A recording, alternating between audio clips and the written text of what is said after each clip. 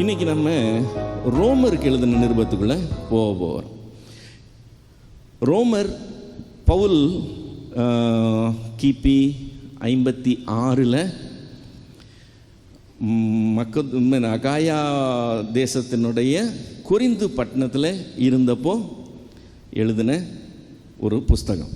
எப்போ? கிபி 56, இடம் கொரிந்து பட்டணம். அதிலிருந்து ரோமருக்கு லெட்டர் எழுதி அனுப்புகிறான். இப்போது இந்த கொரிந்து பட்டணத்தில் இருந்து அவன் எழுதி அனுப்புனதை கொரிந்து பட்டணத்தில் இருந்ததை நம்ம அப்போஸ்தலர் நடபடிகள் 20வது அதிகாரம் 3வது வசனத்தில் பார்க்குறோம். 3 மாதம் அங்கே தங்கியிருந்தான்னு அந்த வசனம் சொல்லுது.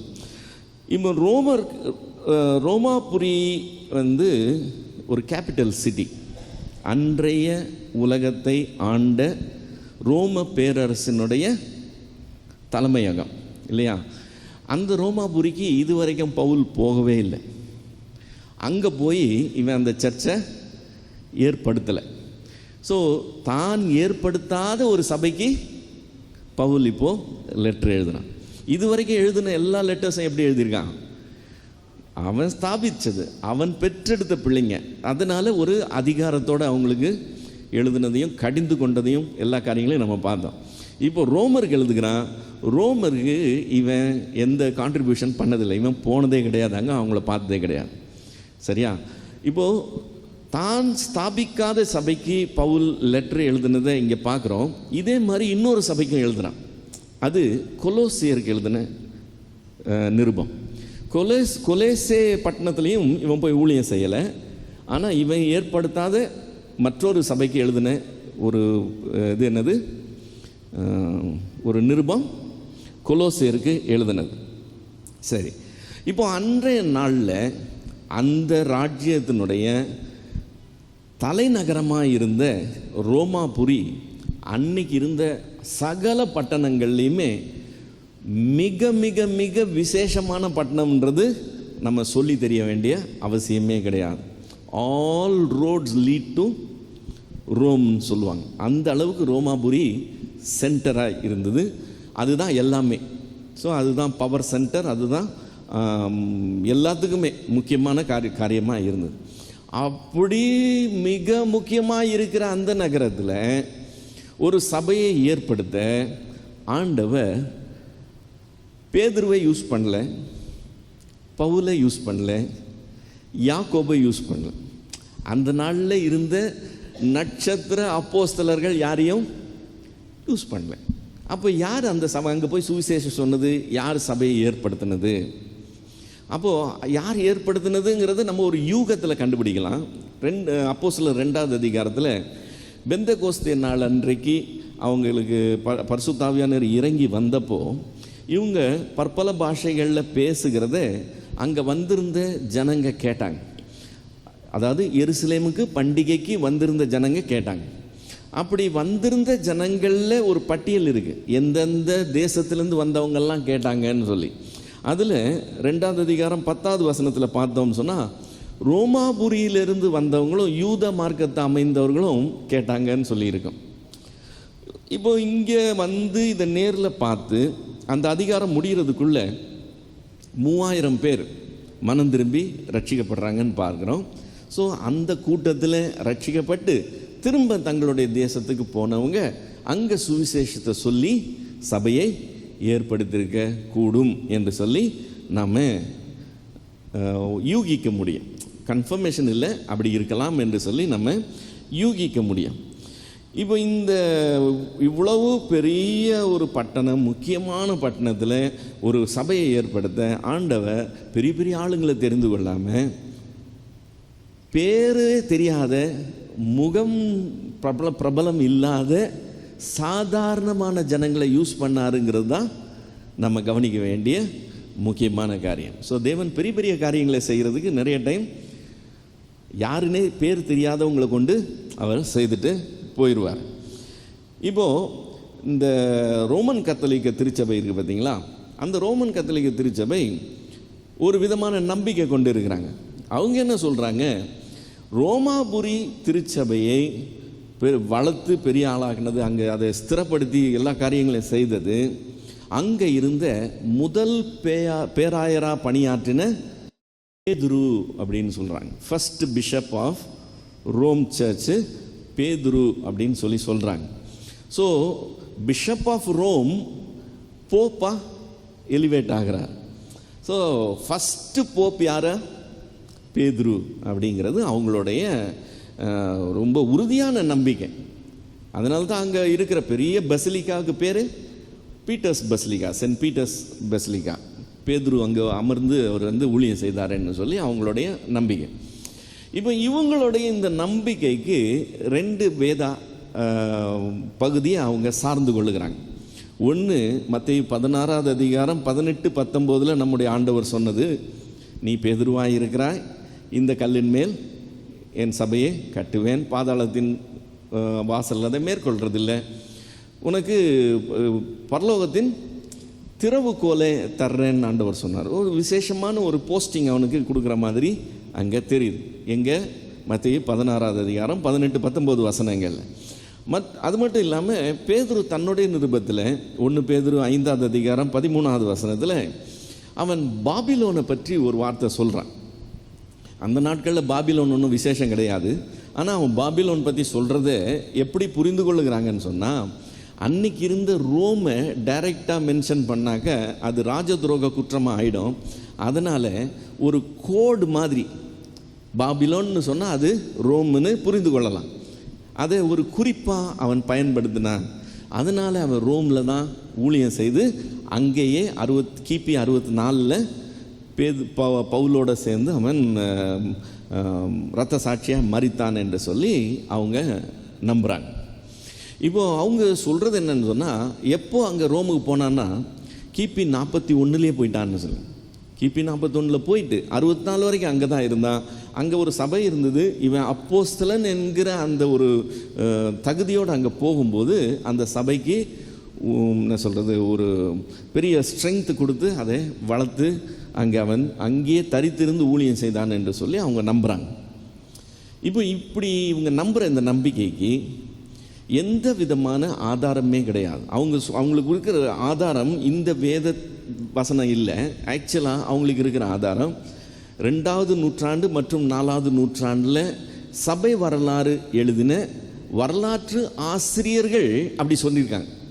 பேதுரு அங்கே ஊழியம் செய்ததாகவும் பேதுரு இந்த மாதிரி காரியங்களில் ஈடுபட்டதாகவும் 2ஆவது நூற்றாண்டு மற்றும் 4ஆவது நூற்றாண்டில் உள்ள வரலாற்று ஆசிரியர்கள், சபை வரலாற்று ஆசிரியர்கள் சொல்லியிருக்காங்க. அதன் அடிப்படையில் தான் அவங்க ரொம்ப ஸ்ட்ராங்காக பேசுகிறாங்க. ஆனால் அப்படி இல்லைங்கிறத நம்ம பைபிளில் தெளிவாக பார்க்க முடியும். இப்போ ஒரு உதாரணத்துக்கு பார்க்கணும்னு சொன்னால், கிபி 41 அவன் ரோமாபுரிக்கு போயிட்டான் அப்படின்னு சொல்லி இவங்க சொல்கிறாங்க இல்லையா. அப்போஸ்தலர் 15ஆவது அதிகாரம் கிபி 48 நடந்த சம்பவம். அப்போஸ்தலர் 15 அப்போஸ்தல மன்றம் கூடிச்சு. பவுல் பர்னபா என்கிறவங்க அந்தியோகியாலேருந்து எருசலேமுக்கு வந்து புறஜாதிகள் மத்தியில் செய்கிற ஊழியத்தை பற்றி பேசி அங்கே புறஜாதிகளுக்கு அதாவது அவங்க விருத்த சேதனம் பண்ணி நியாயப்பிரமாணத்துக்கு உட்பட வேண்டிய அவசியம் இல்லைன்னு சொல்லி ஆர்கியூ பண்ணும்போது அதுக்கு ஒரு தீர்மானம் எடுக்கிறதுக்காக அப்போஸ்தல மன்றம் கூடுச்சு. அங்கே பேதுருவும் இருந்தான், யாக்கோபும் இருந்தான். இப்போ பேதுரு 48 இங்கே இருக்கிறான் அப்படின்னு சொன்னால் 41 அங்கே போயிட்டான்னு சொல்ல முடியாது. ஸோ இதை பார்த்தோன்னா அப்போஸ்தலர் 15ஆவது அதிகாரத்தை பார்த்தோன்னா பேதுரு அங்கே நிலை கொண்டு ஊழியம் செய்கிறத பார்க்க முடியும். சும்மா வந்து போகிறது இல்லை, அங்கே தான் பேஸ் அவருக்கு, அங்கே இருந்தால் ஊழியம் செய்கிற மாதிரி பார்க்க முடியும். ஸோ அவன் 41 அங்கே போயிருக்கிறதுக்கு வாய்ப்பே கிடையாது. இப்போது நம்ம ரோமாபுரியில் இருக்கிற சபைக்கு பவுல் ஒரு லெட்டர் எழுதுகிறான். சப்போஸிங் பேதுரு அங்கே தலைமை தாங்கி நடத்திக்கிட்டு இருக்கிறான்னு சொன்னால், இந்த லெட்டரில் பேதுருவுக்கு வாழ்த்துதல் சொல்லி பேதுருவுக்கு சில வார்த்தைகளாவது எழுதியிருக்கணும் இல்லையா. ஆனால் பவுல் ஒன்றுமே எழுதலை. அப்படின்னா என்னன்னு தெரியுது, பேதுரு அங்கே இல்லைன்னு தெரியுது. இன்னொன்று, அப்போஸ்தலர் 28ஆவது அதிகாரத்துக்கு வந்தோம்னு சொன்னால், பவுல் சிறையாக்கப்பட்டு கைதியாக விசாரணைக்காக ரோமாபுரிக்கு போகிறான். அங்கே ரோமாபுரியில் போன உடனே அங்கே உள்ள லோக்கலில் இருந்த யூத தலைவர்களை கூப்பிட்டு அவங்கள அதாவது இவன் அழைப்புதல் கொடுத்து அவங்கள வர சொல்லி அவங்களோட ஒரு டிஸ்கஷன் நடத்துகிறான். பேதுரு ரோமாபுரியில் இருந்திருந்தா பவுல் முதல்ல பேதுருவை சந்திச்சிருப்பான். பேதுருவை சந்தித்த மாதிரி தெரியல. மற்றவங்கிட்ட பேசினவன் பேதுருக்கிட்ட பேசினதா பைபிளில் இல்லை. அதனால் பேதுருவை இங்கேருந்து டிரான்ஸ்போர்ட் பண்ணி அங்கே கொண்டு போய் இவங்க வச்சுருக்கிறதுக்கு ஒரே காரணம் என்னன்னு சொன்னால், அவங்க நம்புகிற அந்த போப்பாண்டவர் முறைமைக்கு பேதுருவை கொண்டு அவங்க ஒரு பலம் சேர்க்கறதுக்கு முயற்சி செய்கிறாங்களோ ஒழிய மற்றபடி அதுக்கு வேத ஆதாரம் இல்லை, சரித்திர ஆதாரமும் தெளிவாக எதுவுமே கிடையாது. ஸோ பேதுரு அங்கே போனதான் நம்ம எடுத்துக்கொள்ளவே முடியாது. சரியா? இப்போது பவுல் கொரிந்து பட்டணத்தில் இருக்கிறான்னு சொன்னேன். கொரிந்து பட்டணத்துலேருந்து அந்த லெட்டர் எழுதுனான்னு சொன்னேன். கொரிந்து பட்டணத்தில் இருந்த பவுல் தன்னுடைய பிரயாணங்கள் ஃப்யூச்சர் பிளான்ஸ் பற்றி டிஸ்கஸ் பண்ணுறான். அந்த பிளான் நம்பர் 1 ரோமுக்கு போகணுன்னு இவனுக்கு ரொம்ப ஆசை. நம்பர் 2 ரோம் மட்டும் இல்லை, ரோம்லேருந்து இன்னும் வெஸ்ட்டு மேற்கே பயணம் பண்ணி ஸ்பெயின் வரைக்கும் போகணும்னு சொல்லி அவன் அதிகமாக விரும்பினான். இது வரைக்கும் எங்கே ஊழியம் செய்திருக்கிறான்? ஆசியாவில் ஊழியம் செய்திருக்கிறான். ஐரோப்பாவில் ஒரு பகுதி வரைக்கும் வந்திருக்கிறான். எங்கே? கிரேக்க நாடு வரைக்கும் வந்திருக்கிறான். இப்போ கிரேக்க நாடுக்கு இன்னும் லெஃப்டில் போனீங்கன்னா தான், மேற்கில் போனீங்கன்னா தான் இட்டாலி வரும். அங்கே தான் ரோம் இருக்குது. ரோமுக்கு இன்னும் மேற்கில் போனீங்கன்னா ஸ்பெயின் வரும். அது ஐரோப்பாவினுடைய கடைசி பகுதி. ஸோ இந்த பக்கம் வரைக்கும் ஊழியம் செய்த பவுல் இது வரைக்கும் 3 மிஷனரி பிரயாணம் இங்கே மேற்கொண்டவன். இங்கேயும் போகணும், அதையும் தாண்டி போகணும்னு அவனுக்கு விருப்பம் இருந்தது. அந்த விருப்பத்தை இந்த ரோமர் 1ஆம் அதிகாரம் 12வது 13வது வசனத்தில் சொல்லுகிறான். 12:13 எவ்விதத்திலாவது நான் உங்களிடத்தில் வருகிறதற்கு தேவனுடைய சித்தத்தினாலே எனக்கு நல்ல பயணம் சீக்கிரத்தில் கிடைக்க வேண்டும் என்று வேண்டிக் கொள்கிறேன். சகோதரரே, புறஜாதிகளான மற்றவர்களுக்குள்ளே நான் பலன் அடைந்தது போல உங்களுக்குள்ளும் சில பலனை அடையும்படிக்கு உங்களிடத்தில் வர பலமுறை யோசனையாக இருந்தேன். ஆயினும் இதுவரைக்கும் எனக்கு தடை உண்டாயிற்று என்று நீங்கள் அறியாதிருக்க மனதில்லை. ஸோ இங்கே கொஞ்சம் ஊழியமெல்லாம் இது வரைக்கும் பார்த்தாச்சு. இப்போ அங்கே போகணுன்னு அவனுக்கு ஆசை. அது மட்டும் இல்லை, இங்கேருந்து அவருடைய ஃபோக்கஸ் அந்த பக்கம் ஷிஃப்ட் ஆகிறதுக்கு இன்னொரு காரணம் இருந்துச்சு. இங்கே நெருக்கம் அதிகமாகுது. இங்கே என்ன சொல்கிறது, காம்ப்ளிகேஷன்ஸும் ப்ரெஷர் அதிகமாக இருக்குது. இந்த ப்ரெஷர் அதிகமாக இருக்கிற டைமில் இங்கேயே நேரத்தை செலவிடுறது பதிலாக புதுசாக சில இடங்களில் போய் பார்க்கலாங்கிறது அவனுடைய காரியம். ரோமர் 15வது அதிகாரம் 24, 23, 24 மற்றும் 28. ரோமர் 15, 23, 24 மற்றும் 28. இப்பொழுது இந்த திசைகளிலே எனக்கு இடமில்லாதபடியினாலும் உங்களிடத்தில் வரும்படி அநேக வருஷமாக எனக்கு மிகுந்த விருப்பம் இருந்தபடியினாலும் நான் ஸ்பானியா தேசத்திற்கு பிரயாணம் பண்ணுகையில் உங்களிடத்தில் வந்து உங்களை கண்டுகொள்ளவும் உங்களிடத்தில் சற்று திருப்தி அடைந்த பின்பு அவ்விடத்திற்கு உங்களால் வழி அனுப்பப்படவும் எனக்கு சமயம் கிடைக்கும் என்று நம்பி இருக்கிறேன்னு சொல்கிறான். 28வது வசனத்தில் இந்த காரியத்தை நான் நிறைவேற்றி, அதாவது இவர் கலெக்ஷன் பண்ணியிருக்கிறார்ல இப்போது இந்த ஃபண்ட்ஸு, இந்த கலெக்ஷன் பண்ணதை கொண்டு போய் எருசலேமில் ஹேண்ட் ஓவர் பண்ணணும். அந்த காரியத்தை அவன் நிறைவேற்றி, இந்த காரியத்தை நான் நிறைவேற்றி இந்த பலனை அவர்கள் கையிலே பத்திரமாய் ஒப்புவித்த பின்பு உங்கள் ஊர் வழியாய் ஸ்பானியாவுக்கு போவேன். ஸோ இது இவனுடைய ஐடியா, அதாவது ஃப்யூச்சர் ட்ராவல் பிளான்ஸு பவுலினுடைய. இந்த பிரயாண திட்டத்தை பவுல் விரும்பினாலும் பிளான் பண்ணாலும் ஆக்சுவலாக அப்படி நடக்கலை. என்ன நடந்துச்சு? இந்த ஃபண்ட்ஸ் எல்லாம் அவர் கலெக்ட் பண்ணிட்டு அங்கே கொண்டு போய் ஹேண்ட் ஓவர் பண்ணுற அந்த சிச்சுவேஷனில் அங்கே எருசலேமில் கலவரம் ஏற்படுது. அந்த கலவரத்தின் நிமித்தம் பவுல் கைது செய்யப்படுகிறான். கைது செய்யப்பட்ட பவுல் அடுத்த சில வருஷங்களுக்கு ரோம கஸ்டடியில் அங்கே யூதேயாவிலேயே ஜெயிலில் இருக்க வேண்டிய சூழ்நிலை வந்துடுது. அந்த சில வருஷங்கள் அங்கே இருந்துட்டு அதுக்கப்புறம் இவன் சீசருக்கு அப்பீல் பண்ண உடனே நீ ராயனுக்கு அபயம் இட்டபடினால் நீ ராயன் இடத்துல போன்னு சொல்லி இங்கேருந்து ரோமாபுரிக்கு கைதியாய் அனுப்பப்படுகிறான். இப்போது ரோமாபுரிக்கு போகணுன்னு பிளான், கைதியாக போகிறது பிளான் இல்லை. ஸோ பவுலுக்கு கைதியாக போகிறது பிளான் இல்லை, தேவனுக்கு அதுதான் பிளான். ஓகே, இவன் நினச்சது வேற, ஆண்டவர் செயல்படுத்துறது வேறு மாதிரி இருந்தது. ஸோ இந்த பேக்ரவுண்டில் நம்ம ரோமருக்கு எழுதின நிருபத்தை பார்க்க போகிறோம். இந்த ரோமருக்கு எழுதின நிருபத்தை நாம் பார்க்கும்போது ரோமாபுரியில் அவன் சபையை ஏற்படுத்தலை.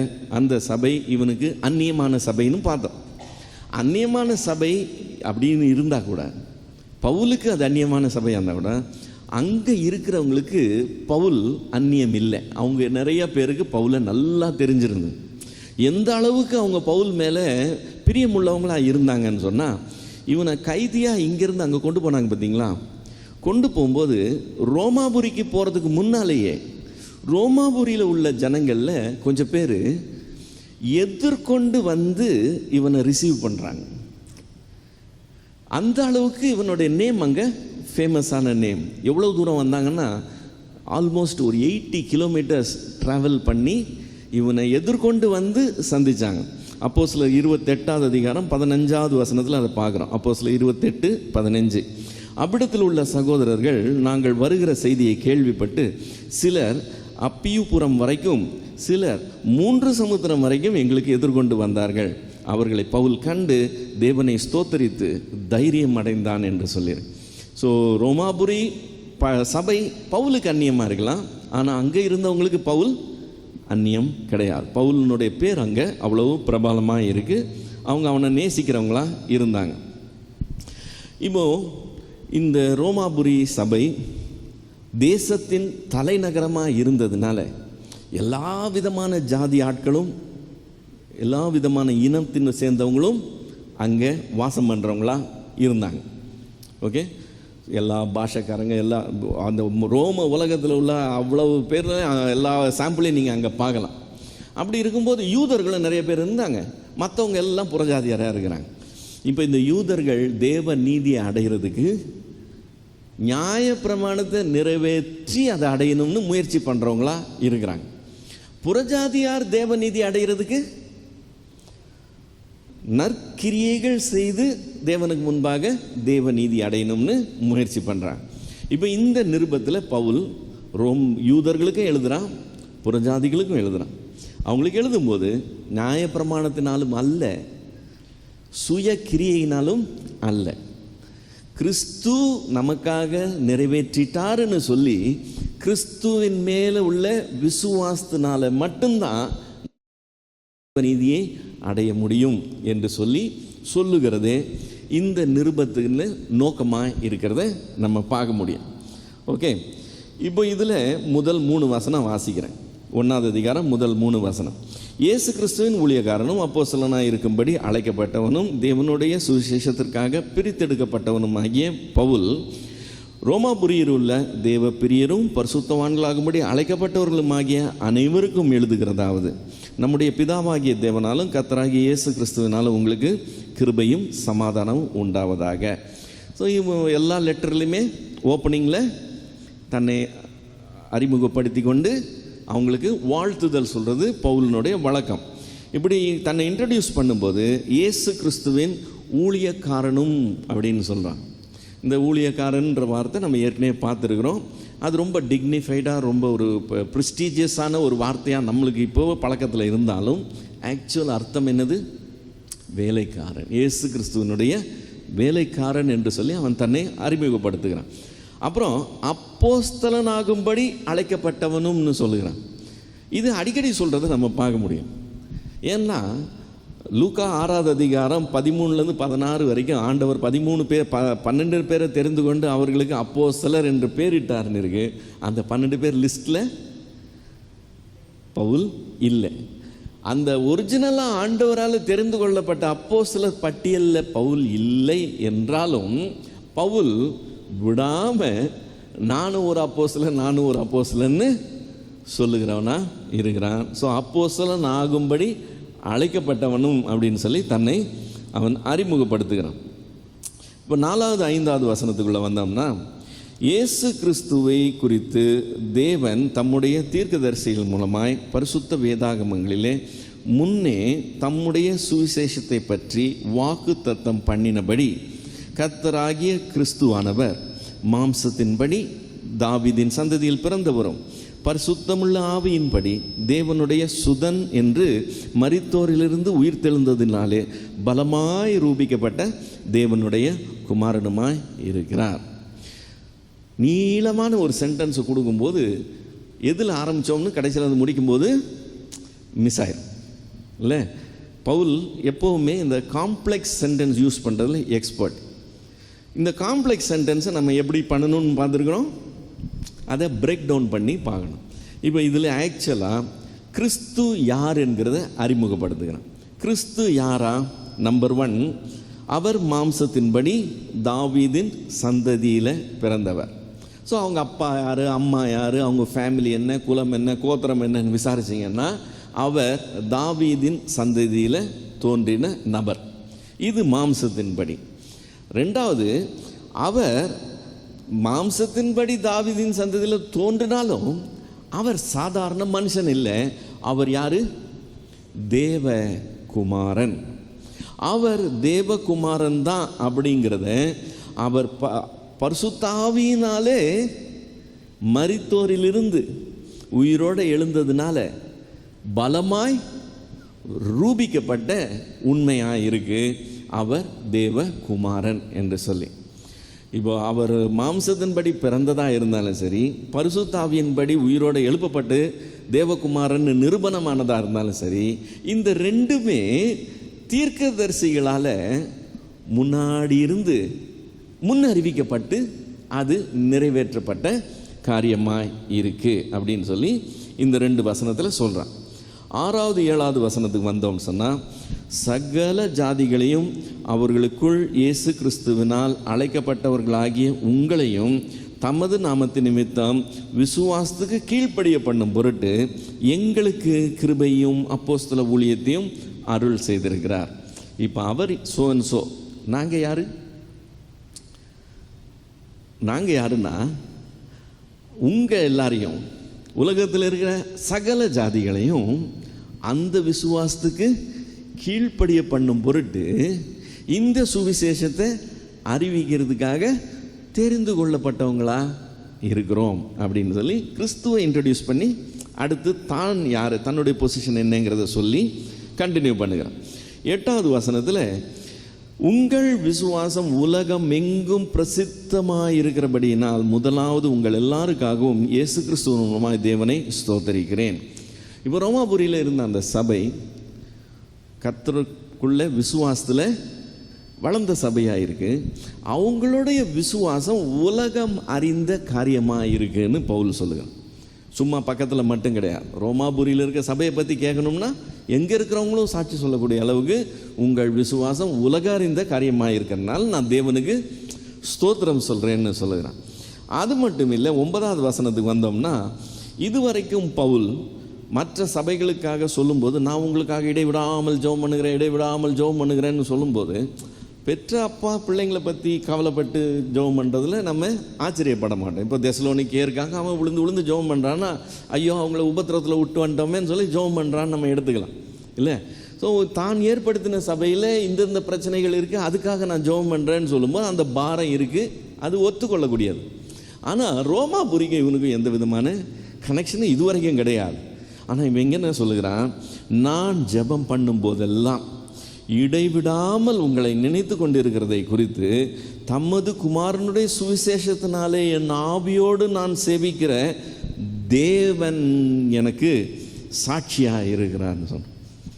ஸோ இவனுடைய ப்ரேயர் லிஸ்டில் இவன் ஏற்படுத்தின சபைகள் மட்டும் இல்லை, இவனால் ஏற்படுத்தப்படாத மற்ற சபைகளுக்காக கூட ஜெபிக்கிற ஒரு ஊழியக்காரனாக பவுல் இருக்கிறான்னு பார்க்குறோம். ஸோ அவ்வளவு பாரப்பட்டு இவங்களுக்காகவும் அவன் ஜெபிக்கிறவனாக இருக்கிறான். 10லேருந்து 12 வரைக்கும், நீங்கள் ஸ்திரப்படுவதற்காக ஆவிக்குரிய சில வரங்களை உங்களுக்கு கொடுக்கும்படிக்கு உங்களிடத்தில் உங்களிலும் என்னிலும் விசுவாசத்தினால் உங்களோட கூட நானும் ஆறுதல் அடையும்படிக்கும் உங்களை காண வாஞ்சியாக இருக்கிறபடினால் எவ்விதத்தினாலாவது நான் உங்களிடத்தில் வருகிறதுக்கு தேவனுடைய சித்தத்தினாலே எனக்கு நல்ல பிரயாணம் சீக்கிரத்தில் கிடைக்க வேண்டும் என்று வேண்டிக் கொள்ளுங்கள். இப்போ பவுலுக்கு கொடுக்கப்பட்ட ஊழியமே என்னது? புறஜாதிகள் மத்தியிலே ஊழியம். அப்போ இவனுடைய மனது எப்போ பார்த்தாலும் அதை பற்றி ஒரு ஏக்கம் கொண்ட, பாரம் கொண்ட ஒரு மனதாகவே தான் இருக்குது, நேச்சுரலாகவே.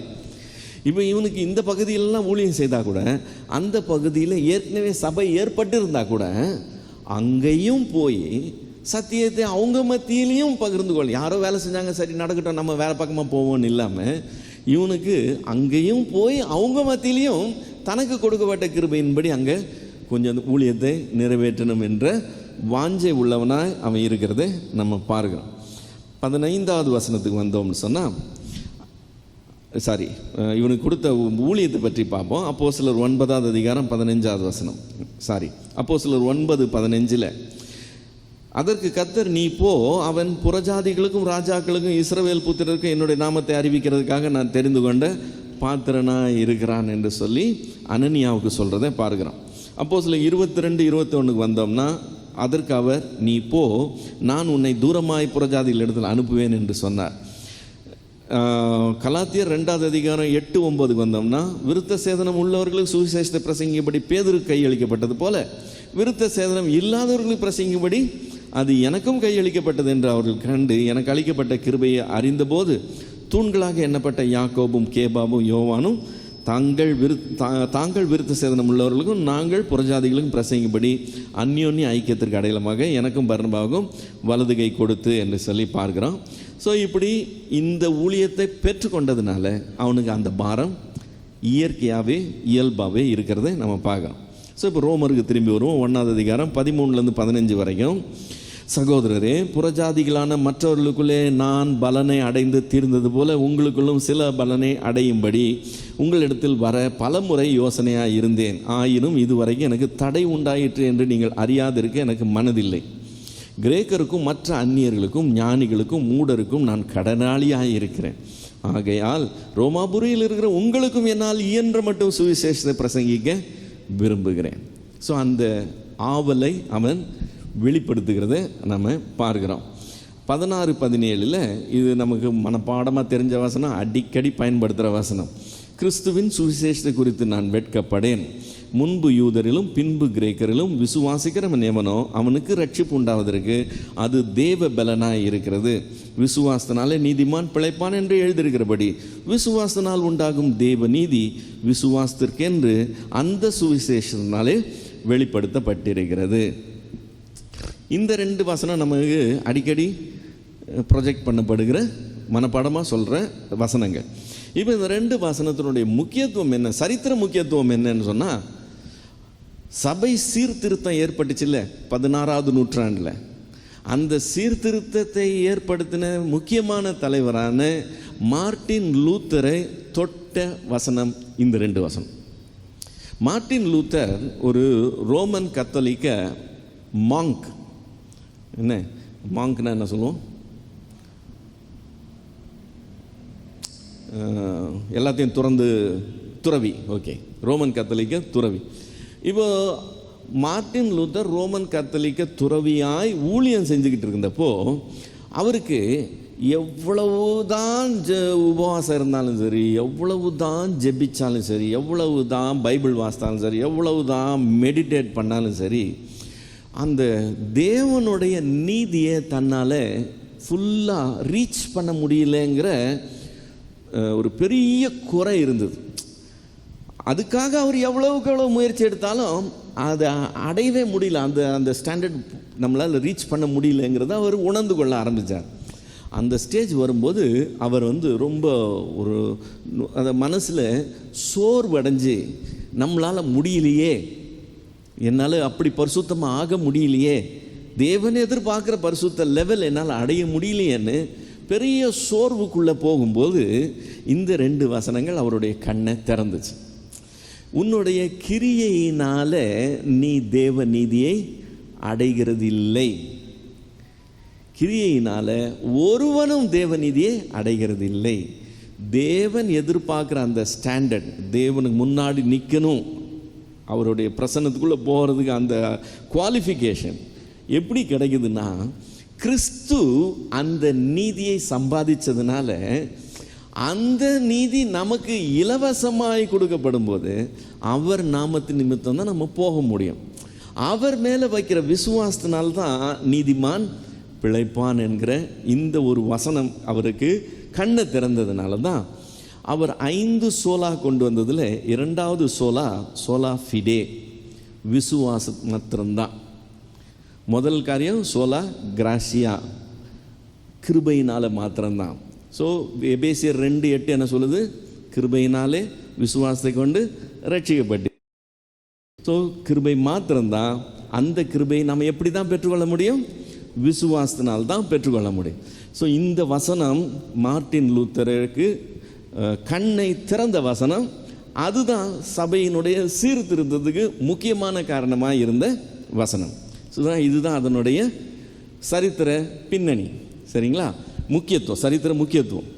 இப்போ இந்த வசனம் இருக்கு பாருங்க, விசுவாசத்தினால் நீதிமான் பிழைப்பான் என்று சொல்லி இருக்கிறபடி எங்கே சொல்லியிருக்குது? ஆபகுக் 2வது அதிகாரம் 4வது வசனத்தில் சொல்லியிருக்கு. ஆபகுக் தீர்க்கதரிசி ஒரு முறை சொன்னான், இங்கே பவுல் அதை எடுத்து இங்கே ஒரு முறை சொல்கிறான். மறுபடியும் பவுல் கலாத்தியர்கள் எழுதும்போது 3வது அதிகாரம் 11வது வசனத்தில் இன்னொரு முறை சொல்லுகிறான். எபேசியர்கள் எழுதின நிருபத்தில் எபிரேயர்கள் எழுதின நிருபத்தில் எபிரேயர்கள் எழுதின அந்த நிருபத்தை எழுதினவரும் 10வது அதிகாரம் 38வது வசனத்தில் விசுவாசத்தினால் நீதிமான் பிழைப்பான் என்ற வசனத்தை கோட் பண்ணுறார். இப்போ பைபிளில் எத்தனை தடவை வருது இந்த வசனம்? 4 முறை வர்ற வார்த்தை விசுவாசத்தினாலே நீதிமான் பிழைப்பான். ஸோ இந்த தேவ நீதியை சம்பாதிக்கிறது வெறுமனே விசுவாசத்தினால மாத்திரம்தான், நம்மளுடைய கிரியையினால அல்ல. இது ஃபண்டமெண்டல், ஃபவுண்டேஷனல்.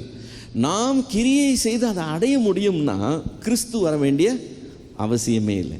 கிறிஸ்து நமக்காக வந்து அதை நிறைவேற்றினதுனால, கிறிஸ்துவை விசுவாசிக்கிறதுனால, கிறிஸ்து மூலமாக தான் நாம் பிதாவின் இடத்துல போகிறோம்.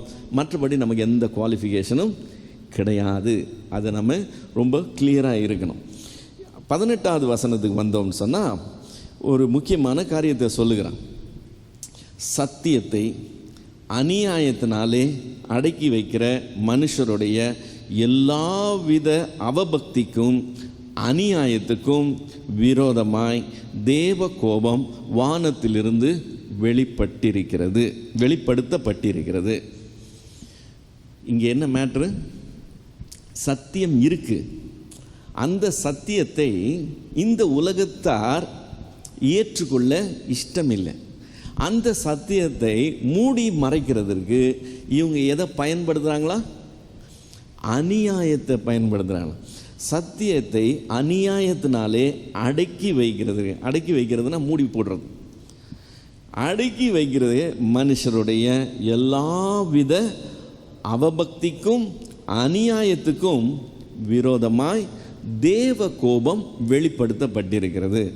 அதாவது சத்தியம் இருக்கு, அந்த சத்தியத்தை இவங்க தங்களுடைய பலத்தை கொண்டு அதை மூடி போட்டுடலாம் அப்படின்னா மூடி போட முடியும்.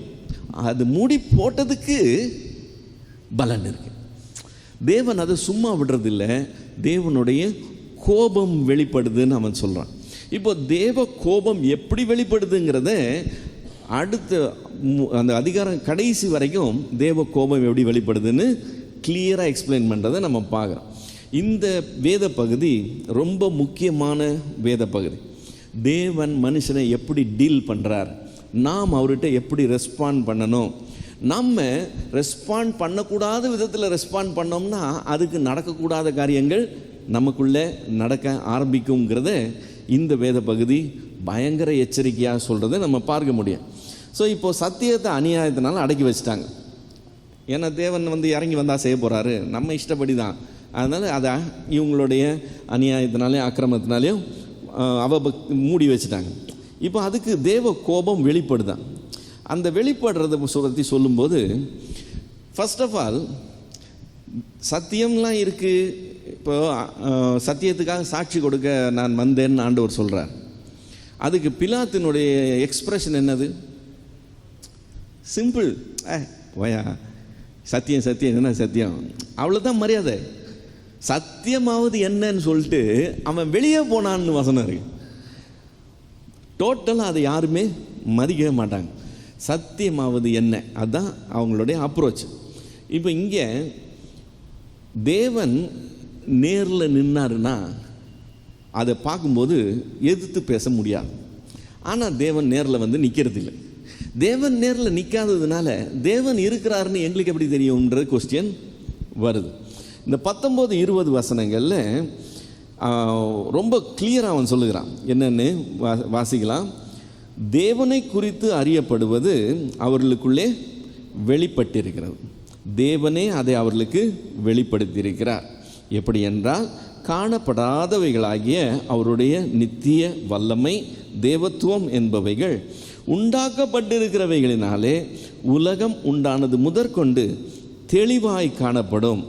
ஆதலால் அவர்கள் போக்கு சொல்ல இடம் இல்லை. இப்போ போக்கு சொல்ல இடம் இல்லைன்னா என்ன அர்த்தம்? நோ எக்ஸ்கியூஸ் இல்லை, அப்சல்யூட்டா நோ எக்ஸ்கியூஸ். இப்போ போக்கு சொல்ல இடம் இல்லை. யாருக்கெல்லாம் போக்கு சொல்ல இடம் இல்லை? யாருக்கெல்லாம் வெளிப்பட்டுதா? தேவனை குறித்து அறியப்படுது அவர்களுக்குள்ளே வெளிப்பட்டிருக்கிறது. ஓகே, இப்போ இந்த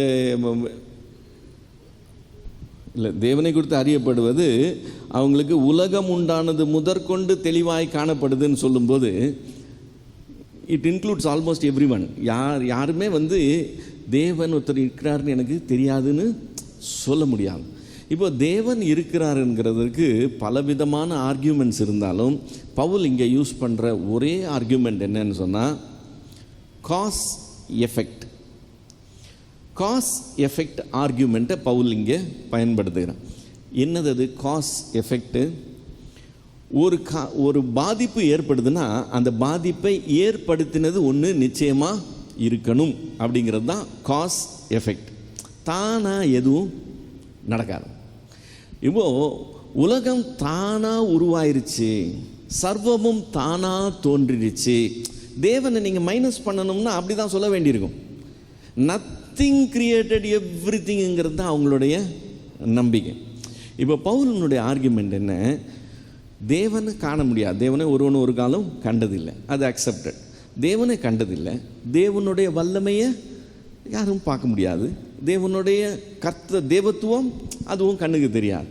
ஆனால் கண்ணுக்கு தெரியாத தேவனுடைய நித்தியமான வல்லமை மற்றும் அவருடைய தேவத்துவம் என்கிறது வெளிப்பட்டிருக்கிறது. எப்படி வெளிப்பட்டிருக்கிறது? உண்டாக்கப்பட்டவைகளிலே வெளிப்பட்டிருக்கிறது. எப்பவுமே ஒரு காரியம் உண்டாக்கப்பட்டுச்சுன்னா அந்த உண்டாக்கப்பட்ட பொருள் தன்னை உண்டாக்கினவரை பற்றி சாட்சி சொல்கிறதா இருக்கும். ஒரு கைவினைப்பு, அதாவது ரொம்ப இன்ட்ரிகேட்டாக ஒர்க் பண்ண ஒரு டிசைன் உள்ள ஒரு சேரை பார்த்தோம்னு சொன்னால் அந்த சேரை உண்டாக்குனவன் உண்மையிலேயே திறமையான ஒரு ஆசாரி அப்படின்னு நமக்கு பார்த்த உடனேயே தெரியுது. அவங்க யாருன்னே நமக்கு தெரியலனாலும் வேறு யாரும் அதை செஞ்சுருக்கவே முடியாது. அதே சமயத்தில் 4 கொம்பை இப்படி அப்படி கொடுத்து ஒரு சேர் மாதிரி ரெடி பண்ணி வச்சுருந்தா அதை யாரோ செஞ்சுருக்கிறாங்கன்னு சொல்லுவோம். அப்போது அந்த பொருள் அந்த உண்டாக்குனவர் எவ்வளவு திறமைசாலிங்கிறத காண்பிக்கும்.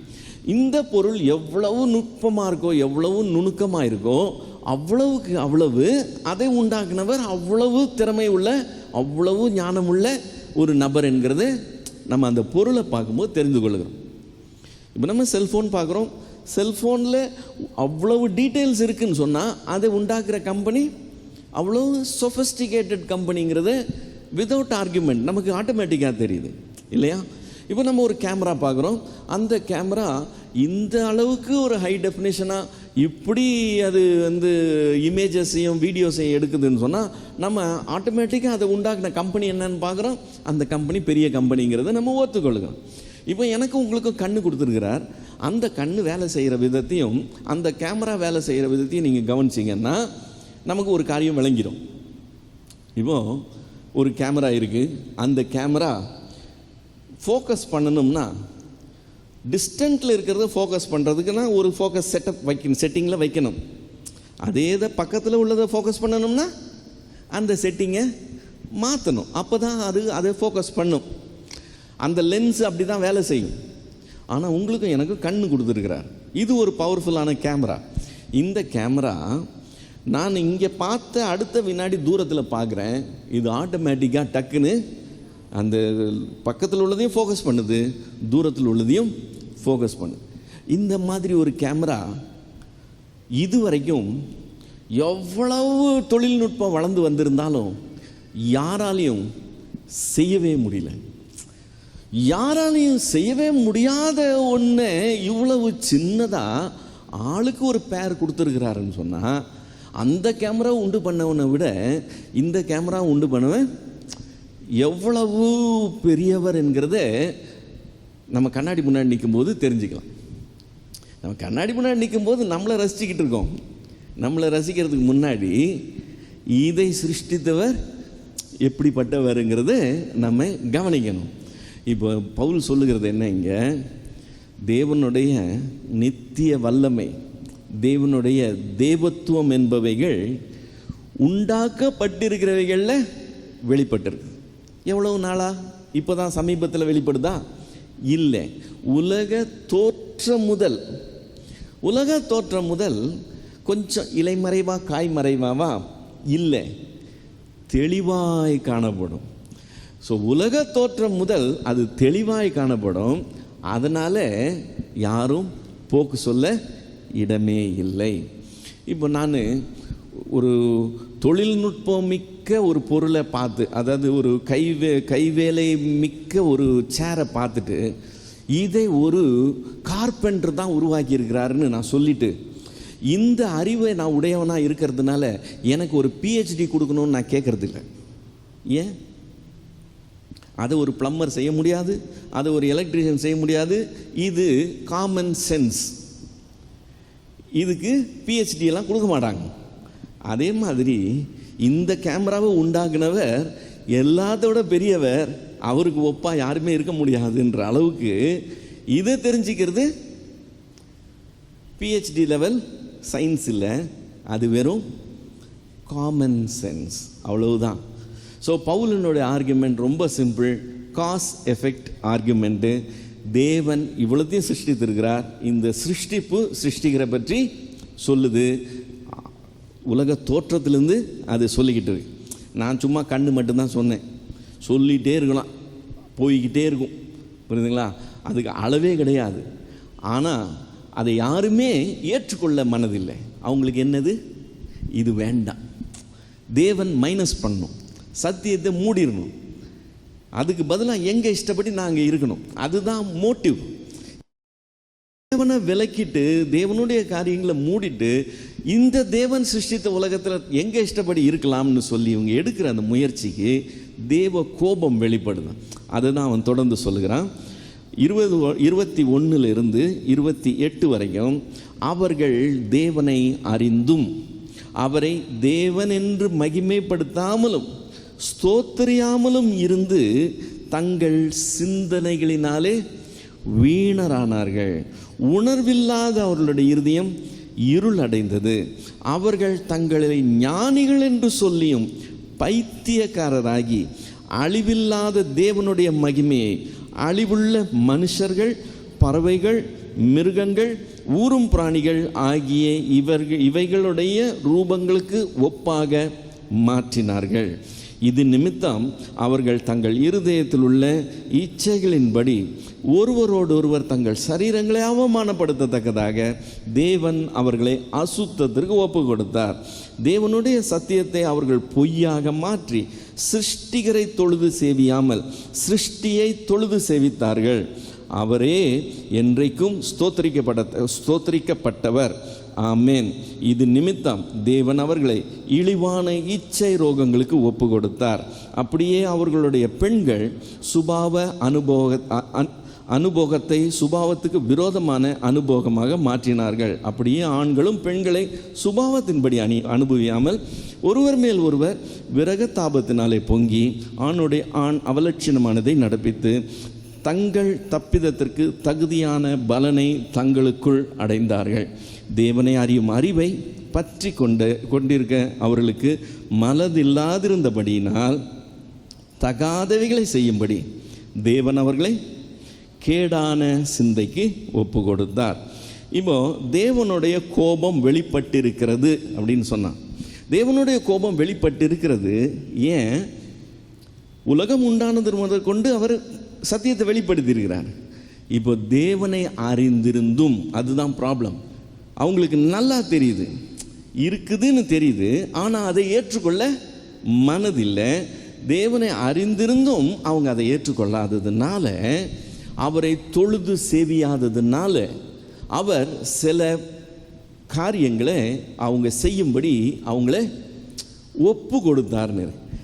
இதனால இது நடக்குது. அதுதான் அதில் பியூட்டி. இப்போ இந்த வசனங்களில் நான் திரும்ப வாசிக்கிறேன். 21வது வசனத்தில் தங்கள் சிந்தனையினாலே வீணரானார்கள் இருக்குல்ல. ஏன் சிந்தனையினால வீணரானார்களா? தேவன் என்று அறிந்தும் மகிமைப்படுத்தாமலும் ஸ்தோத்திரியாமலும் இருந்து தங்கள் சிந்தனையினாலே வீணரானார்கள். இப்போ அவர்கள் இருதயத்தில் உள்ள இச்சைகளினாலே ஒருவரோடொருவர் தங்கள் சரீரங்களை அவமானப்படுத்தத்தக்கதாக தேவன் அவர்களை அசுத்தத்திற்கு ஒப்பு கொடுத்தார். ஏன் ஒப்பு கொடுத்தார்? இது நிமித்தம்னு ஆரம்பிக்குது. என்ன இது நிமித்தம்? அழிவில்லாத தேவனுடைய மகிமை அழிவுள்ள மனுஷர், பறவை, மிருகங்கள், ஊரும் பிராணிகள் இவைகளுக்கு ஒப்பாக மாற்றினார்கள். இது நிமித்தம் தேவன் அவங்கள அசுத்தத்திற்கு ஒப்பு கொடுத்தார். மறுபடியும் 26வது வசனம் இது நிமித்தம் என்று ஆரம்பிக்குது. அந்த இது நிமித்தம் ஏன்னா தேவனுடைய சத்தியத்தை அவர்கள் பொய்யாக மாற்றி சிருஷ்டிகரை தொழுது சேவாமல் சிருஷ்டியை தொழுது சேவித்தார்கள்.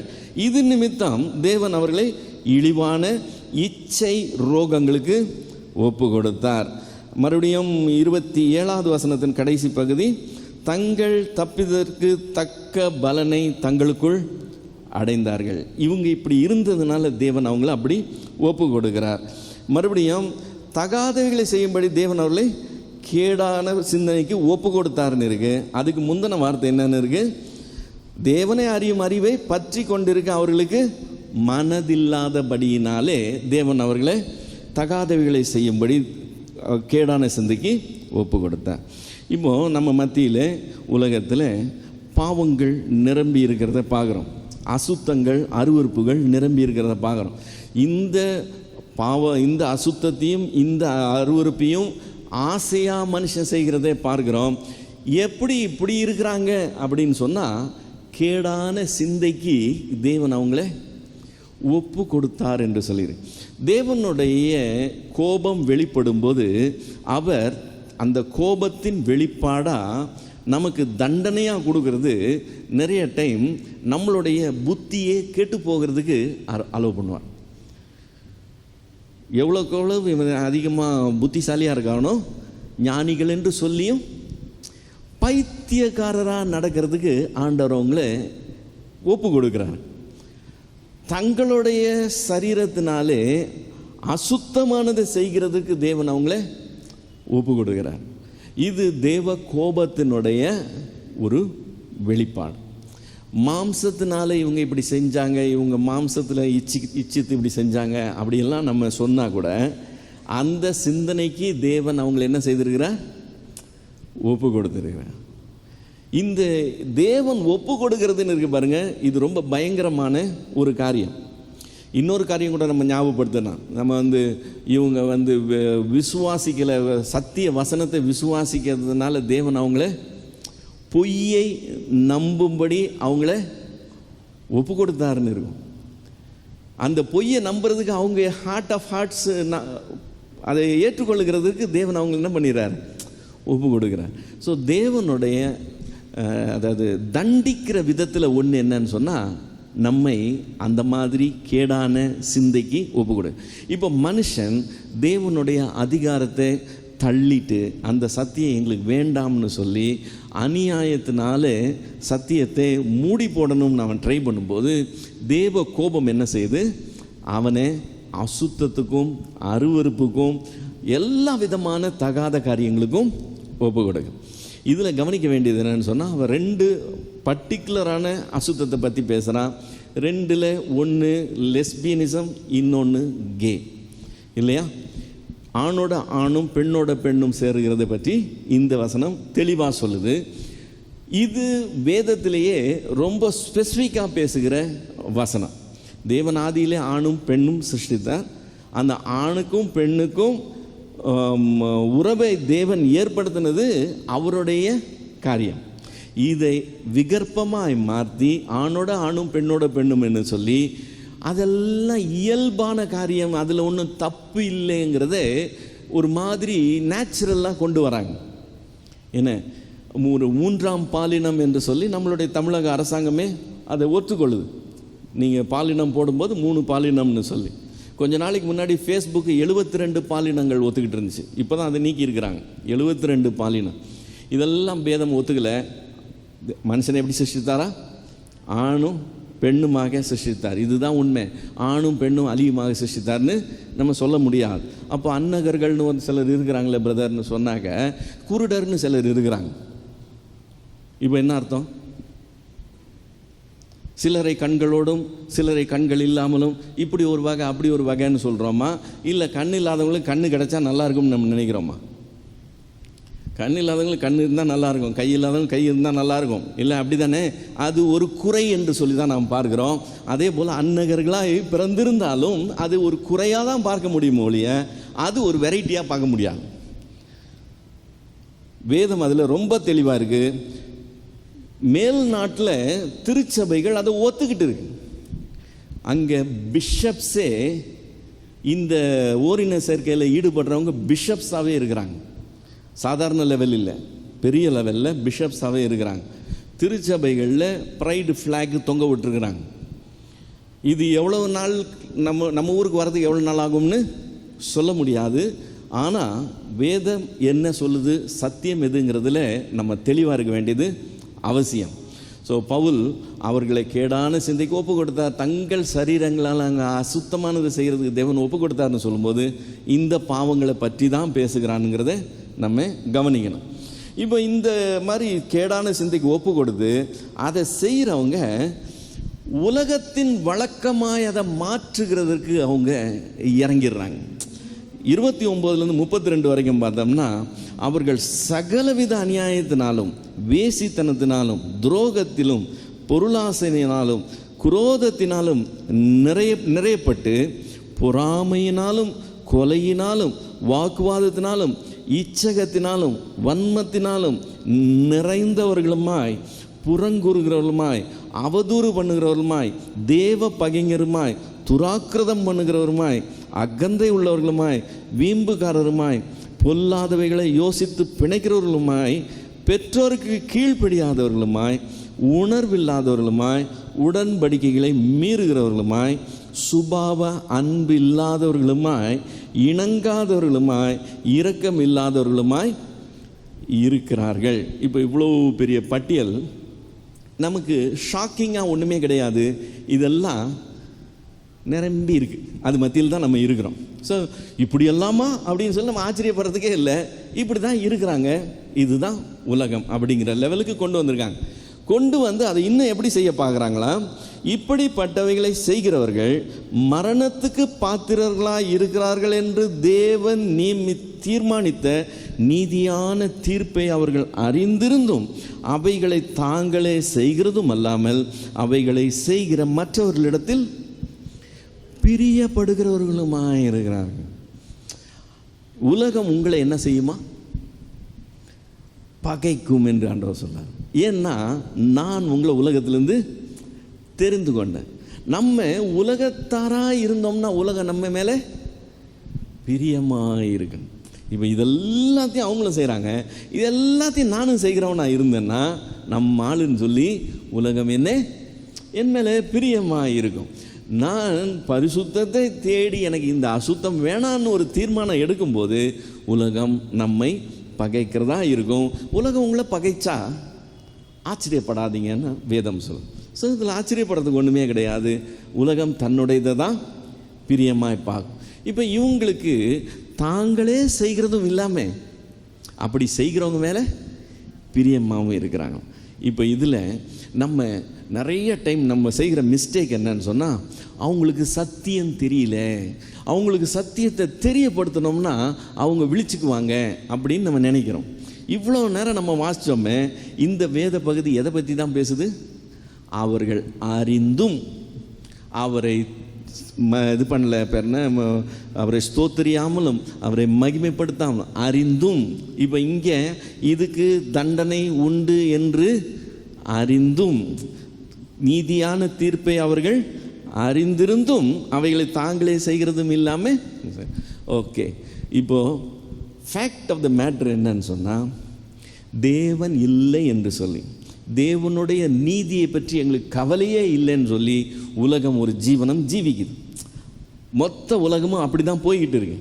இப்போ அந்த ஸ்டெப் அவங்க எடுக்கிறது அறியாமையினாலே இல்லைங்கிறத நீங்கள் தெளிவாக தெரிந்து கொள்ளணும். நீங்கள் எத்தனை ஆர்கியூமெண்ட் கொடுத்து தேவன் ஒருவர் இருக்கிறாருங்கிறத அவங்களுக்கு எப்படியெல்லாம் நிரூபணம் பண்ணினாலும் சரி, அவங்க ஏற்றுக்கொள்ளவே மாட்டாங்க, ஏற்றுக்கொள்ள மனமே வராது. காரணம் என்னன்னு சொன்னால், அவங்க தேவனை அறியாததுனால இல்லை, தேவன் வேண்டான்னு நினைக்கிறதுனால அதை ஏற்றுக்கொள்ள மாட்டேங்கிறாங்க. It is not a question of knowledge, it is a question of morality. அவங்களுக்கு அந்த மொராலிட்டி வேண்டாம், அந்த நீதி வேண்டாம், அதனால தான் அவங்க அப்படி இருக்கிறாங்க. ஸோ இதுதான் சிச்சுவேஷன். தேவனே வெளிப்படுத்தி இருக்கிறார், ஆனால் அவங்க என்ன செய்கிறாங்க? சத்தியத்தை அநியாயத்தினால அடக்கி வச்சுட்டு இப்படி இருக்கணும்னு நினைக்கிறாங்க. ஸோ இதுதான் சிச்சுவேஷன்னு சொல்லுகிறான். ரோமாபுரியில் இருந்த அந்த திருச்சபை இதுக்கு பேர் போன நகரத்தின் மத்தியில் இருக்குது. ஏன்னா இன்றைக்கி நம்ம பார்க்குற இந்த 21ஆவது நூற்றாண்டில் என்னென்ன அருவருப்பு பார்க்குறோமோ இதெல்லாம் ராவாக பார்க்கணும்னா 2000 வருஷத்துக்கு முன்னாடி ரோமில் நீங்கள் பார்க்கலாம். அவங்களுடைய பேரரசர் முதற்கொண்டு எல்லாமே அதை செய்கிறவங்க தான். சரித்திரத்தில் அதெல்லாம் ரெக்கார்டானது. ஸோ அப்படிப்பட்ட சூழ்நிலையில் இருக்கிற சபைக்கு பவுல் அதை தெளிவு பண்ணி எழுதுகிறான். ஸோ இந்த முதல் அதிகாரம் இதோட நிறைவடையுது. ஏதாவது டவுட்ஸ் இருந்தால் நம்ம கேட்டு கிளியர் பண்ணிக்கலாம். 10வது வசனம், உங்களை ஸ்திரப்படுத்துவதற்காக ஆவிக்குரிய சில வரங்களை உங்களுக்கு கொடுக்கும்படிக்கு அப்படின்போது, அப்போது பவுல் வரங்களை நான் உங்களுக்கு என்கிட்ட இருக்கிறத கொடுக்கணும் அப்படி சொல்ல வராருங்களா? பவுல் வரங்களை கொடுக்கறதுக்கெல்லாம் பவுலுக்கு அத்தாரிட்டி கிடையாது. வரத்தை கொடுக்குறவர் தேவன் இல்லை. அது பிப்ளிக்கல் ட்ரூத். அதுதான், வரங்கள் தேவனிடத்துலேருந்து வர, மனுஷன் யாருக்கும் கொடுக்கறது இல்லை. இப்போ பவுல் அந்த இடத்துல அந்த மாதிரி சொல்லும்போது சென்டென்ஸ் முடியல. வரங்களை கொடுக்கறதுக்காகவும், அடுத்தது உங்களிலும் என்னிலும் உள்ள விசுவாசத்தினால் உங்களோட கூட நானும் ஆறுதல் அடையும்படிக்கு உங்களை காண வாஞ்சியா இருக்கிறபடியினாலே. ஓகே, இப்போது இவனுக்கு ஊழிய எக்ஸ்பீரியன்ஸ் இருக்குது, எக்ஸ்போசர் இருக்குது. அவங்க லோக்கலில் இருக்கிற அவங்களுக்கு இருக்கிற நாலெட்ஜ் அண்ட் எக்ஸ்பீரியன்ஸை விட பவுலுக்கு அதிகம் இருக்குது. 2 பேருக்கும் காமன் விசுவாசம் இருக்குது. இப்போது 2 பேரும் ஒருத்தர் மீட் பண்ணும்போது காமன் ஃபெய்த்தை வச்சு 2 பேரும் ஷேர் பண்ணி அந்த ஃபெலோஷிப் ப்ளஸ் அந்த எக்ஸ்பீரியன்ஸை இவங்களுக்கு மத்தியில் யூஸ் பண்ணும்போது, தனக்கு ரெவலேஷன்ஸ் இருக்கிறத சொல்லும்போது அவங்களுக்கு இன்னும் விரிவான ஒரு வெளிப்பாடு கிடைக்கிறதுக்கு வாய்ப்பு இருக்குது. இதெல்லாம் பற்றி, அதாவது அது எவ்வளோ யூஸ்ஃபுல்லாக இருக்கும் அப்படிங்கிறத பற்றி சொல்லும்போது, உங்களுக்கு வரங்களை கொடுக்கும்படிக்கு அப்படின்ற வார்த்தை வருது. லிட்ரலாக அவன் எதுவும் வரங்களை கொடுக்கறதுக்கு அதிகாரம் எதுவும் கிடையாது. இப்போ நம்ம பார்க்குற இந்த மாதிரி சொல்லப்பட்ட இந்த அக்கிரமங்கள் இது எல்லாமே நம்ம நியாய தீர்ப்பு தண்டனை அப்படின்னா நம்ம என்ன நினச்சிருந்தோன்னா, நம்ம இப்போ வெளிப்படுத்தினல் விசேஷத்தில் வர மாதிரி அந்த மாதிரி காரியங்கள் தான் இப்போ வரைக்குமே ஒரு ஸ்டாண்டர்டாக இதுதான் பனிஷ்மெண்ட், இதுதான் ஜட்ஜ்மெண்ட் அப்படின்ட்டு.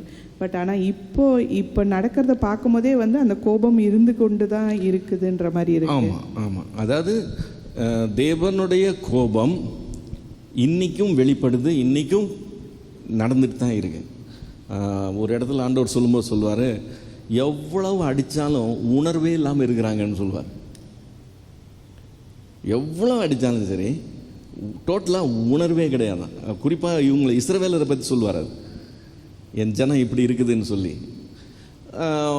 தேவ கோபம் இன்றைக்கும் வெளிப்படுது, இன்றைக்கும் இதெல்லாம் இப்படிலாம் இருக்குது. ஆனால் இது தேவ கோபம் முழுமையாக பூரணமாக வெளிப்படுற நாள் அந்த நியாய தீர்ப்புக்கு அப்புறம் வர நாள். அது தேவ கோபாக்கினையின் மகா நாள். கோபத்தினால வர்ற ஆக்கினையை வெளிப்படுத்துகிற மகா நாள். புரியுதுங்களா? அது வந்து அப்படியே பூரணமாக. இப்போ அந்த பூரணம் இல்லை, தேவ கோபம் வெளிப்படுது, அவருடைய ரெஸ்பான்ஸ் தெரியுது. நாங்கள் ப்ரேயர்ஸ்லாம் பண்ணும்போது ஓகே, மனுஷங்க வந்து இப்படி வந்து அன்பு தணிஞ்சு போச்சு, எல்லாரும் இப்படி இருக்கிறாங்க, மாறிட்டே இருக்கிறாங்க, அதுக்கு ஒரு சோஷியல் மீடியா ஒரு காரணம், அது மாதிரி வழிநடத்துகிற தலைவர்கள் ஒரு அப்படி தான் நாங்கள் ஜெபத்தில் யோசித்து அது ஜபித்தது உண்டு. பட் இன்றைக்கி இந்த பாயிண்ட் ஆஃப் வியூவில் பார்க்கும்போது ஆல்ரெடி இது கோபத்தினால தான் இவ்வளோ அதிகரிச்சிருக்குதா அப்படின்றது ஒரு கொஸ்டினாக இருக்குது. தேவன் கை கழுவி விடுறாருன்னா அந்த சிச்சுவேஷன் மோசம். அவங்களுக்கு வந்து ரியலைசேஷனே வராது, நீங்கள் என்ன சொன்னாலும் சரி வராது. அது தேவன் கைவிட்ட கேஸ். அந்த மாதிரி இப்போ அவங்களுக்காக ஜெபிக்கிறது நம்மளுடைய காரியம். நம்ம புரிந்து கொள்ள வேண்டியது என்னன்னு சொன்னால், நம்ம கூட அங்கே தான் இருந்தோம், அங்கேருந்து நம்மளை தான் தூக்கிட்டு வந்தார் இல்லையா? நம்மளை தூக்கிட்டு வந்தார், அவங்களையும் தூக்குவாருன்னு அவங்களுக்காக ஜெபிக்கிறோம். இது நான் தேவ பிள்ளைகள் மத்தியில் சில காரியங்களை நான் ஒரு சிலர் இடத்துல அப்படி பார்க்கும்போது, அப்போ அவங்களுக்காக என்ன தேவ பிள்ளைங்க மத்தியில் அங்கே இருக்கிறது இருக்குதுன்னு சொன்னால், பாயிண்ட் நம்பர் 1, இங்கே வந்தும் மனம் திரும்பாமல் இருக்கிறவங்க இருக்கிறாங்கன்றது பாயிண்ட் நம்பர் 1. அவங்க மனம் திரும்பி தான் ஆகணும். அதில் தரித்து இருக்கிறது இன்னும் நிலவரத்தை மோசமாக்கிறோம். அவங்களுக்கே அந்த அடினா இவங்களுக்கு இதை விட அதிகமாக இருக்கும். அதனால் பிரச்சனை. இது பாயிண்ட் நம்பர் 1. பாயிண்ட் நம்பர் 2 என்னன்னு சொன்னால், யாருமே இங்கே வந்த உடனே பியூர்னஸ், அந்த ஹோலினஸ்ஸை பூரணமாக உள்ளவங்களாக இருக்க மாட்டாங்க. ஹோலினஸ்க்கு டுவர்ட்ஸ் ப்ரொசீட் பண்ணுறவங்கள தான் இருப்பாங்க. ஸோ தவறி செய்கிறவங்க இருந்துக்கிட்டு தான் இருப்பாங்க. நமக்கு சாகிற வரைக்கும் அது நடந்துட்டு தான் இருக்கும். ஆனால் பை எக்ஸ்பீரியன்ஸ் ஸ்லோவாக நம்ம ஸ்பிரிச்சுவலாக வளர அதெல்லாம் நம்மளை விட்டு அகலுகிற காரியமாக இருக்கும். அதுக்கு பேர் தான் மறுரூபம் அடைகிறது. அது ஸ்லோ கிராஜுவல் ப்ராசஸ். ஸோ மனம் திரும்பிட்டாங்க, ரட்சிக்கப்பட்டாங்கன்றதுனால எல்லாம் போயிடுச்சின்னு நம்ம எதிர்பார்க்கறது தவறாக இருக்கும். ஸோ குற்றங்கள் குறைகள் இருக்கும். ஆனால் தெரியாமல் தவறி செய்கிறவங்க உதறி போட்டு எந்திரிப்பாங்க ஐயோன்னு சொல்லிட்டு. தெரிஞ்சு செய்கிறவங்க அதை மறைக்க ட்ரை பண்ணுவாங்க, நியாயப்படுத்த ட்ரை பண்ணுவாங்க, இல்லைன்னு சாதிப்பாங்க. இதெல்லாம் நமக்கு தெரிஞ்சிடும் ஆட்டோமேட்டிக்காக. அவங்க வேணும்னு செய்கிறாங்களா, தெரியாமல் செய்கிறாங்களா. வேணும்னு செய்கிறவங்கள தேவன் ஹேண்டில் பண்ணுவார். அது வந்து ரொம்ப சீரியஸான இஷ்யூ. இது என்னோட பர்சனல். அது எனக்கு கேள்வினா, இப்போ நம்ம எங்கள் ஃபேமிலியில் எல்லாமே விற்கிற ஆராதனையில் இருக்கும். பட் அவங்க கூடலாம் நிற்கவும் முடியல, பேசவும் முடியல.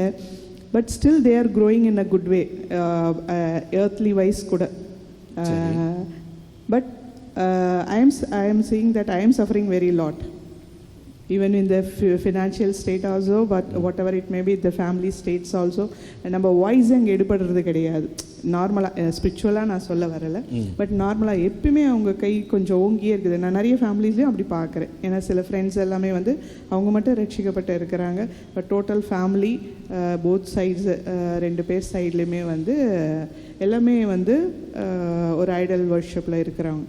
பட்டு அவங்க ஸ்டாண்டர்ட்ஸ் உயர்ந்துக்கிட்டே போகுது. அதெல்லாம் பார்க்கும்போது கொஞ்சம் வருத்தமாக, how we can manage that. அதாவது சோர்வு வரதை தடுக்கவே முடியல. அது கரெக்டு. நீங்கள் வந்து மெட்டீரியலிஸ்டிக் ரிலீஃப், மெட்டீரியலிஸ்டிக் இம்ப்ரூவ்மெண்ட்டு கிறிஸ்து உங்களுக்கு கொடுக்கணும் அப்படின்னு சொல்லி நீங்கள் எதிர்பார்த்து அவரை தேடுறவங்களாக இருந்தீங்கன்னா, அவர் அதை ப்ராமிஸ் பண்ணி உங்களை கூப்பிடலைங்கிறத தெரிஞ்சுக்கங்க.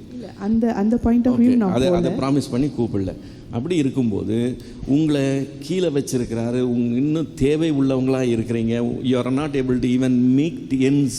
ஆனால் அவங்க வந்து சஃபிஷியண்ட்டாக நிறையா சிந்தி செதறி சாப்பிட்ற அளவு நல்லா இருக்கிறாங்க. நம்ம மட்டும் இவ்வளோ தூரத்துக்கு இந்த பக்கமும் பார்த்துட்டு இருக்கிறோம் அப்படின்னு சொன்னால், சில சூழ்நிலைகளில் நம்மளை வச்சிருக்கிறது நம்மளை முற்றிலுமாக மறுரூபத்தில் நடத்துகிற ஒரு எக்ஸ்பீரியன்ஸ். புரியுதுங்களா? இது வந்து அப்படி இருந்தால் நலமாக இருக்குமே நீங்கள் நினைக்கலாம். ஆனால் அப்படி இருக்கிறதோட இப்படி இருக்கிறது தான் நலமாக இருக்கும்னு தேவன் நினைக்கிறேன். இந்த ஸ்டேட்டஸ் வந்து அவங்கள நெருங்கிறதுக்கு நம்ம ஏதோ ஒன்று சொல்லணும். கர்த்தர் குறித்து கூட நம்ம வாய்ஸ் அங்கே சொல்லணும்னா, even we don't have the space to talk a single word. நீங்கள் வெயிட் பண்ண வேண்டியிருக்கும், வெயிட் பண்ணணும்.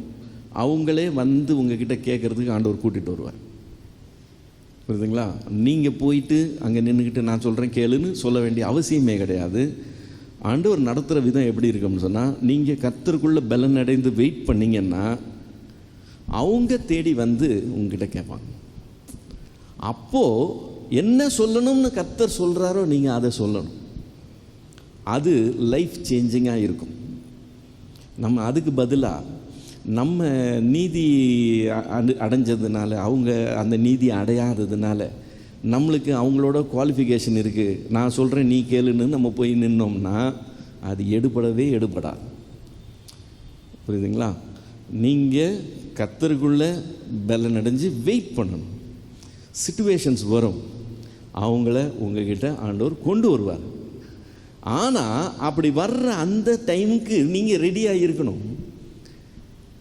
நான் என்ன சொல்லணும் ஆண்டவர், உங்களுக்கு மனசில் நிறையா இருக்கும், இப்படி சொல்லணும் அப்படி சொல்லணும், அதெல்லாம் இருக்காது. ஒரு 2 வார்த்தை தான் கரெக்டான வார்த்தை, அந்த நேரத்துக்கு யூஸ்ஃபுல்லான வார்த்தையாக இருக்கும்.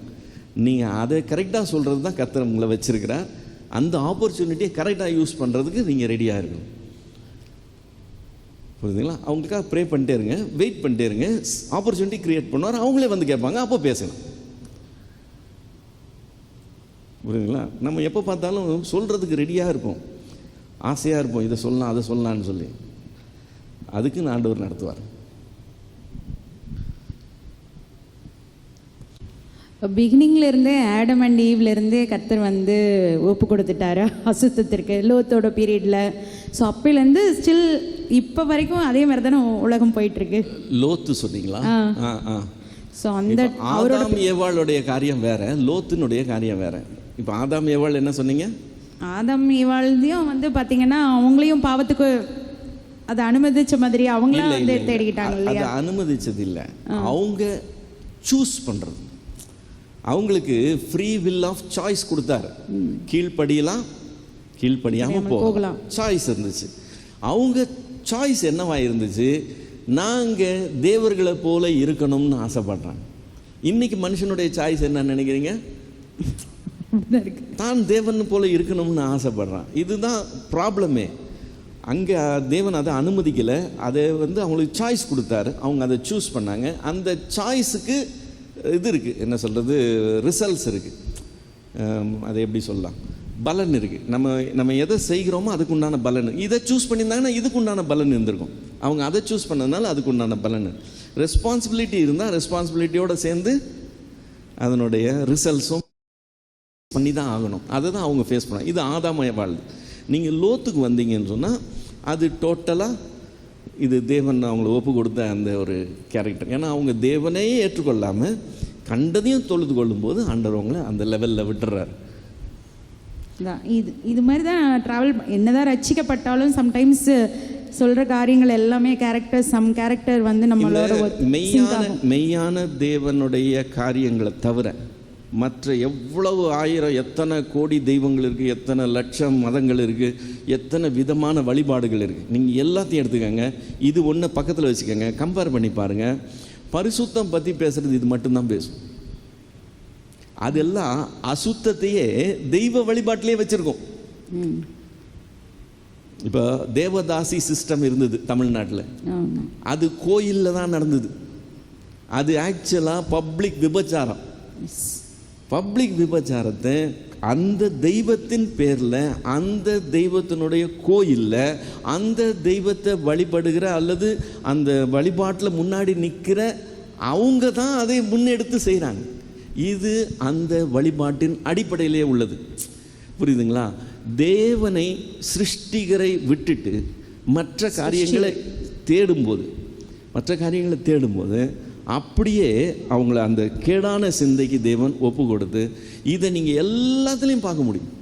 இது இல்லாமல் எந்த மதமும் கிடையாது. நீங்கள் எல்லா ஃபெய்த்தையும் எடுத்து பாருங்கள், அவங்க டீச்சிங்ஸ் எடுத்து பாருங்கள், அவங்களுடைய காரியங்கள் எடுத்து பாருங்கள், அசுத்தம் நிறைய நிரம்பி இருக்கும். அந்த அசுத்தத்தை அசுத்தமாகவே பார்க்க மாட்டாங்க, அது அசுத்தமாகவே தெரியாது.